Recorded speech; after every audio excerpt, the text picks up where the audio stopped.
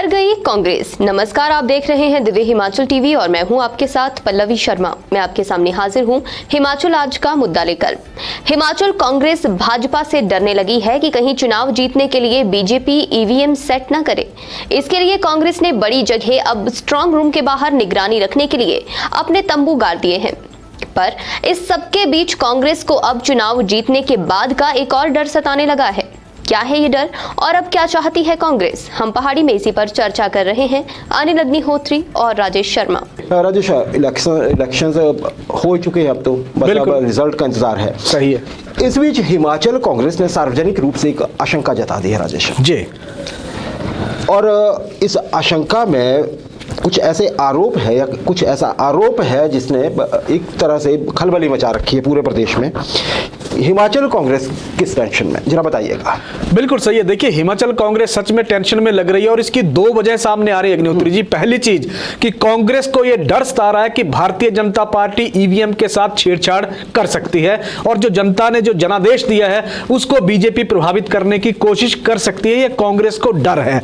और दूसरा जो कांग्रेस की टेंशन की वजह कांग्रेस को जो लग रही है वो ये है कि भारतीय जनता पार्टी, क्योंकि जब नतीजे आ जाएंगे, अगर नेक टू नेक फाइट हुई, क्लोज फाइट हुई, तो फिर भारतीय जनता पार्टी कांग्रेस के विधायकों को अपने पक्ष में करने के लिए साम दाम दंड भेद की नीति जिस तरह से भी हो ये अपना सकती है। और ये साम दाम दंड भेद की नीति क्यों लग रहा है कांग्रेस को इस तरह के बीजेपी कर सकती है? क्योंकि बीजेपी बरगला सकती है कांग्रेस के विधायकों को, जिसमें चाहे पद का लालच देने की बात हो, इस तरह का डर उनको लग रहा है। दूसरा, दाम पैसे देकर उसको लग रहा है कि खरीद फरोख्त भारतीय जनता पार्टी कर सकती है। जिस तरह के बयान पार्टी के कुछ नेताओं के सामने आए हैं कांग्रेस के, वो एक चिंता कांग्रेस की बनी हुई है।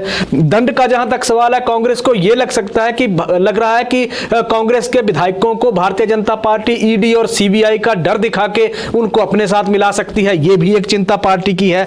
और फिर भेद का मतलब है कोई भी जानकारी कांग्रेस के विधायकों से भारतीय जनता पार्टी उगलवा सकती है। तो दो वजह इसकी साफ नजर आ रही हैं। आज अगर हम बात करें तो पार्टी की प्रदेशाध्यक्ष का बयान भी है और पार्टी के विधायक का भी बयान है, जिसमें उन्होंने ये आशंका जताई है कि किस तरह से भारतीय जनता पार्टी हिमाचल के चुनाव जिस तरह के नतीजे जब सामने आएंगे क्या क्या कर सकती है, ये डर सता रहा है कांग्रेस को। जी, और इसीलिए हाईकमान से कहा गया कांग्रेस की ओर से कि कोई यहाँ पे पर्यवेक्षक भेज दीजिए महाराज, बिल्कुल पहले से ही, जो वो अभी चीजों को संभाल सके, आके जितने भी लोगों ने इलेक्शन लड़ा है उनसे बातचीत हो सके कि उन्हें एकजुट ही रहना है। ये कांग्रेस को लगता है ऐसा।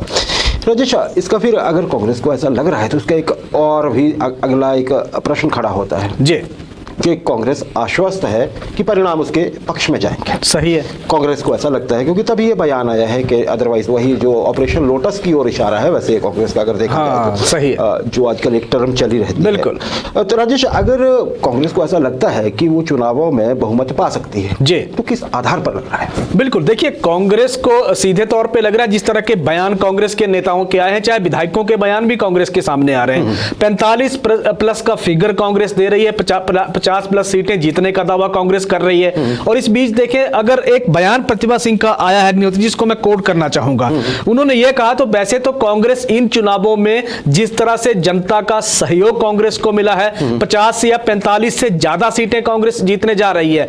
लेकिन अगर कांग्रेस 35 सीटें जीत पाती है तो फिर भाजपा का वो सेल एक तरह से एक्टिव हो जाएगा, जो फिर जोड़ तोड़ का दौर फिर प्रदेश में शुरू हो सकता है। ऐसी आशंका उन्होंने जताई है। जो 45+ का एक फार्मूला उन्होंने दिया है कि इस तरह की सीटें कांग्रेस को आएंगी, ये अब कांग्रेस को क्यों लग रहा है? कांग्रेस को इसलिए लग रहा है कि एक तो जो मुद्दों लेकर कांग्रेस जनता के बीच में जिन चुनावों में गई, जनता ने उन मुद्दों को हाथों हाथ लिया। और दूसरा, कांग्रेस को ऐसे लग रहा है क्योंकि भारतीय जनता पार्टी से लोग बहुत ज्यादा निराश हो चुके थे। मुद्दों की बात करें, कर्मचारियों के लिए ओपीएस का वादा देकर उस वर्ग को साधने की कांग्रेस ने कोशिश की, तो कर्मचारियों में एक माहौल कांग्रेस को नजर आ रहा है जो पार्टी को एक तरह से इन चुनावों में आगे रखने जा रहा है। महिलाओं के लिए हर 18 साल से ऊपर वाली के लिए कांग्रेस ने वादा कर रखा है कि प्रतिमा 1,500 पेंशन कांग्रेस देगी। तो महिला वोटर जिस तरह का परसेंटेज बढ़ी है, कांग्रेस को उम्मीद है कि ये एक उनका वादा महिलाओं को घरों से खींच के ईवीएम बूथ तक ले आया, जिस कारण उन्होंने वोटिंग ज्यादा की है। 300 जो यूनिट बिजली फ्री करने का कांग्रेस गारंटी दी है कांग्रेस ने। इससे लग रहा है कि महंगाई के दौर में राहत कांग्रेस देने जा रही है। युवाओं को साधने के लिए दो तरह की चीजें कही है, अग्निवीर अग्निवीर स्कीम को बंद करने का कांग्रेस ने ऐलान कर दिया, वहां से समर्थन की आस कांग्रेस को जगी है। और साथ ही साथ फिर जो पहली कैबिनेट में 1 लाख नौकरियां देने का वादा किया है, वो कांग्रेस को ऐसा इससे लग रहा है कि युवा शक्ति फिर उनके साथ इन तमाम तरह के वादों को लेकर है। अब हकीकत किस तरह से है, जनादेश आ चुका है, रिजल्ट आना सिर्फ बाकी है अग्निहोत्री जी। लेकिन कांग्रेस के ने जो मुद्दे एक तरह से जनता के बीच जनता के मुद्दे उछाले हैं, कांग्रेस को भरोसा है कि उनके दम पर कांग्रेस प्रदेश में एक सरकार बनाने जा रही है। जी राजेश, बिल्कुल सही कहा आपने, विस्तार से बताया कि किन मुद्दों के सहारे कांग्रेस को लगता है कि वो सरकार जैसा कांग्रेस दावा कर रही है। हाँ, इसमें लेकिन जो अगर आप ये कहें कि अग्निवीर वाली जो चीज है, अग्निपथ वाली, वो सेंटर का है, वैसे स्टेट का होता नहीं है। और दूसरा एक और भी हमारे दर्शकों के लिए कि 1987 का जी एंटी डिफेक्शन लॉ मौजूद है। हाँ। दल बदल विरोधी जो कानून है, उसके तहत ये होता है कि जीते हुए किसी पार्टी के जितने भी सदस्य जीते होंगे, अगर उनको पार्टी तोड़नी भी है तो एक तो लोग नहीं कर पाएंगे। बिल्कुल, उनको कम से कम 1/3 33% सदस्य चाहिए। तो वैसे चलिए टेक्निकल चीज थी, हमने अपने दर्शकों को बताई, लेकिन कांग्रेस को क्या लगता है वो आपको राजेश शर्मा ने अभी विस्तार में बताया। अच्छा राजेश, आप ईवीएम की भी बात बता रहे थे अभी। ईवीएम को लेके क्या चिंता है कांग्रेस को? आज भी चिंता जताई गई है। जी बिल्कुल सही है। देखिए, ईवीएम की गड़बड़ी को लेकर कांग्रेस को चिंता है। हालांकि 3 लेयर सिक्योरिटी की बात सरकार भी कर रही है, भारतीय जनता पार्टी भी कर रही है और चुनाव आयोग भी कर रहा है। चुनाव के मुख्य अधिकारी हिमाचल प्रदेश के मनीष गर्ग आजकल पूरे प्रदेश के दौरे पे हैं। इसी कांग्रेस की ने जो आशंका जताई है, इसी के समाधान के लिए कांग्रेस को आशंका है कि बीजेपी ईवीएम को मैनेज कर सकती है। और इसके लिए बाकायदा देखें तो पहले किस तरह का, क्योंकि सबसे पहले माहौल प्रदेश में घुमारवीं में जिस तरह का माहौल, कॉलेज के गेट के सामने कांग्रेस का धरना हुआ, युवा कांग्रेस का ने वहां धरना दिया, पार्टी के जो कैंडिडेट हैं राजेश धर्माणी, वो वहां धरने पे बैठ के जहां छेड़छाड़ की आशंका उन्होंने व्यक्त कर दी। इसके बाद कांग्रेस ने तंबू गाड़ दिया धर्मपुर मंडी विधानसभा क्षेत्र के बाहर। लेकिन अब वही माहौल अगर हम देखें तो उसके बाद पूरे प्रदेश भर में एक तरह से कांग्रेस को ऐसा लग रहा है कि ईवीएम को मैनेज किया जा सकता है। इसीलिए कांग्रेस और जगह भी स्ट्रांग रूम के बाहर तंबू कांग्रेस ने गाड़ दिए। बड़सर में तंबू गाड़ दिया अग्निहोत्री जी, धर्मशाला के बाहर तंबू गाड़ दिया स्ट्रांग रूम के बाहर, और इसी तरह प्रदेश के बाकी जिलों में जहां कांग्रेस को लग रहा है कि भारतीय जनता पार्टी छेड़छाड़ कर सकती है, कांग्रेस को ज्यादा वोट जो लोगों ने दिए हैं उनको साथ कहीं वो उनको मैनेज करने की कोशिश ना की जाए, तो ये तमाम तरह की आशंकाएं कांग्रेस को लग रही हैं, जिसको लेकर कांग्रेस ने अपने कैंडिडेट्स को तैनात कर दिया है स्ट्रांग रूम के बाहर 24 घंटे। अब कांग्रेस के वो एक तरह से कार्यकर्ता तैनात हैं जो स्ट्रांग रूम पे निगरानी 24 घंटे रखेंगे। यानी कि कांग्रेस का जो एक तरह से कहें तो कांग्रेस ने अपने एंड पे भी पूरी तरह से सुरक्षा व्यवस्था मजबूत कर दी है। जी बिल्कुल, सुरक्षा व्यवस्था मजबूत, और शायद चुनाव आयोग की ओर से भी कहा गया कि आप चाहें तो आप वहां बैठ सकते हैं जाके, जिस भी पार्टी की है, जिस भी प्रतिनिधि, बिल्कुल जो उम्मीदवार है उसके प्रतिनिधि वहां चाहें तो जैसे तय नियम है वैसे वहां बैठ सकते हैं कि वहां पे कोई छेड़छाड़ करने की वो गुंजाइश नहीं है, जैसा चुनाव आयोग का कहना है। अच्छा राजेश, इस बीच नेताओं के दिल्ली भी शुरू हो गए हैं। कुलदीप राठौर साहब की खबर आ रही है कि वो मल्लिकार्जुन खड़गे साहब से मिले दिल्ली जाकर। बिल्कुल बिल्कुल सही है। देखिए, हिमाचल प्रदेश जो कांग्रेस के पूर्व अध्यक्ष हैं कुलदीप राठौर दिल्ली गए, दिल्ली में कांग्रेस के राष्ट्रीय अध्यक्ष मल्लिकार्जुन खड़गे से मिले हैं। क्योंकि जब खड़गे साहब की ताजपोशी हुई थी तो कुलदीप राठौर हिमाचल प्रदेश खुद उन्होंने चुनाव लड़ा इस बार अग्निहोत्री जी, तो फिर बीच में मिल नहीं पाए थे। लेकिन अब जो मिले हैं उसकी 2 वजह सामने आई है। पहला, एक तो उन्होंने रिपोर्ट कार्ड एक तरह से सौंपा है जिसमें कांग्रेस के संगठन को लेकर बात हो रही है कि हिमाचल में जिस तरह के मजबूत होकर कांग्रेस ने ये चुनाव लड़ा उसकी फीडबैक उन्होंने उनको दी है। दूसरा, अगर राजनीतिक मतलब इसका हम देखें तो बहुत सारे मतलब अब सामने आ रहे हैं। वो ये आ रहे हैं कि इलेक्शन जिस तरह का, क्योंकि वोटिंग हो चुकी है, 8 तारीख को फैसला होने जा रहा है, तो अगली प्लानिंग जो है वो कैंडिडेट ने शुरू कर दी है। और क्योंकि कुलदीप राठौर के पास हिमाचल के कांग्रेस संगठन की कमान रही है, राष्ट्रीय नेताओं के साथ उनका मिलना जुलना बहुत ज्यादा होता रहा है, तो अपना प्रभाव साबित करने के लिए अब इस तरह का माहौल चल पड़ा है। दूसरी तरफ देखें तो हॉली लॉज के चक्कर भी हिमाचल प्रदेश के बहुत सारे नेता अब कांग्रेस के काटने लगे हैं, जिसमें तमाम दिग्गजों के जिस तरह के फोटो सामने आ रहे हैं। वही है मैनेजमेंट, कैसे आने वाले दिनों में चीजों को मैनेज किया जाएगा, जीत के बाद क्या परिस्थितियां होगी, कौन कहां एडजस्ट होगा, ये तमाम तरह की चर्चाएं कांग्रेस के एंड पे शुरू हो गई। अग्निहोत्री जी राजेश, बिल्कुल बेहतरीन, और समय नज़दीक आ रहा है, जैसे जैसे समय बीत रहा है कोशिशें बढ़ती जाएंगी। हम सब देखेंगे वो सारी चीज़ें और आपको रिपोर्ट भी करेंगे, बताएंगे भी, उसके पीछे की कहानी भी बताएंगे। अच्छा राजेश, अर्बन डेवलपमेंट मिनिस्टर हैं हमारे सुरेश भारद्वाज साहब, शिमला से, जिन्होंने कसुम्पटी से इलेक्शन भी शिमला कसुम्पटी से लड़ा है ना, वहाँ पे उनको चुनाव आयोग की ओर से एक नोटिस सर्व हुआ है जी। ये क्या मामला क्या है? ये बिल्कुल सही है। देखिए, चुनाव आचार संहिता के उल्लंघन का आरोप लगा है भारतीय जनता पार्टी की सरकार में, जो हमारे मिनिस्टर रहे हैं सुरेश भारद्वाज, और इनको जो ये चुनाव आयोग ने जो नोटिस दिया है ये आचार संहिता के उल्लंघन का दिया है। और ये कसुम्पटी विधानसभा क्षेत्र से भारतीय जनता पार्टी के टिकट पे चुनाव इन्होंने लड़ा है।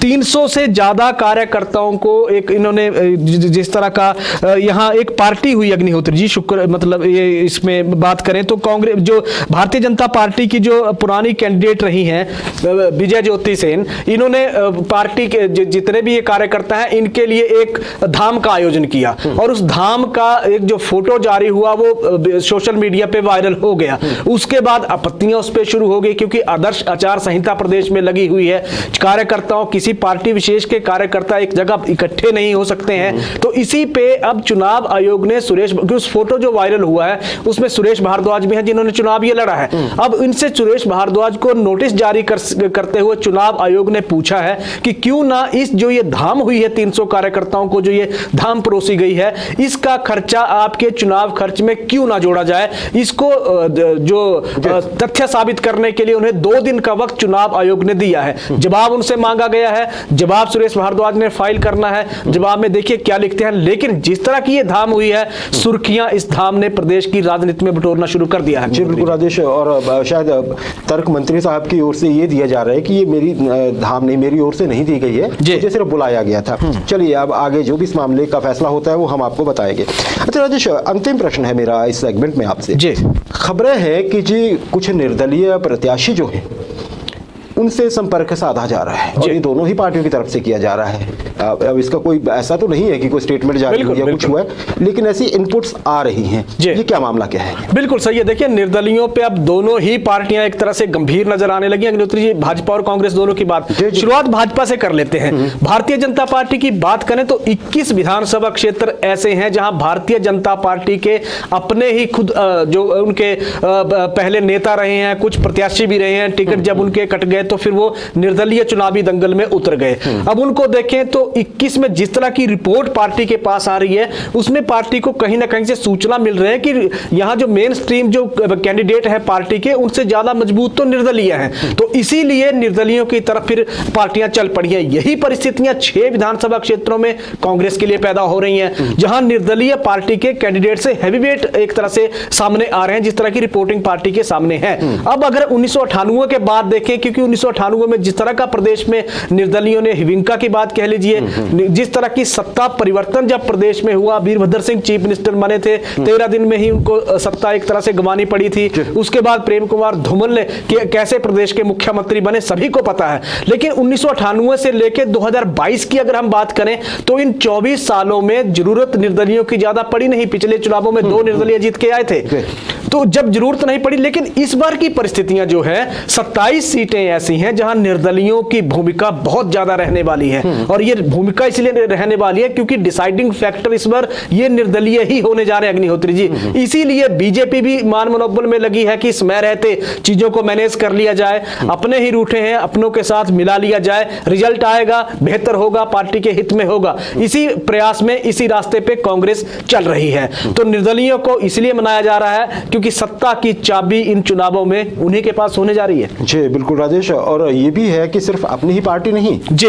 दूसरी पार्टी के जो रेबल्स हैं उनसे भी बात की जा रही है। सही है जी, हमें अगर जरूरत पड़ेगी आप हमारे साथ आ जाइएगा अगर आप इलेक्शन जीतते हैं, या फिर ऐसा कहा जा रहा है कि शायद आप जीत रहे हैं। बिल्कुल, क्योंकि दूसरी पार्टी के आदमी को तो ऐसा भी कहा जा सकता है। तो उन स्थितियों में आप हमारा देख लेना, हम आपका देख लेंगे। खैर ये इलेक्शन से पहले होता ही है, और जैसे हम पहले भी कह चुके हैं कि जब इलेक्शन जो वोटिंग है उसके और काउंटिंग के बीच में लंबा अरसा होगा ना राजेश, तो कुछ ना कुछ तो हमें देखने को मिलेगा, सोचना होगा। चुनाव आयोग को नए सिरे से सोचना। जी जी जी, ऐसा बहुत से जो लोग हैं वो कह रहे हैं कि इस गैप को थोड़ा कम कैसे किया जाए, इस पे सोचा जाए तो बेहतर रहेगा।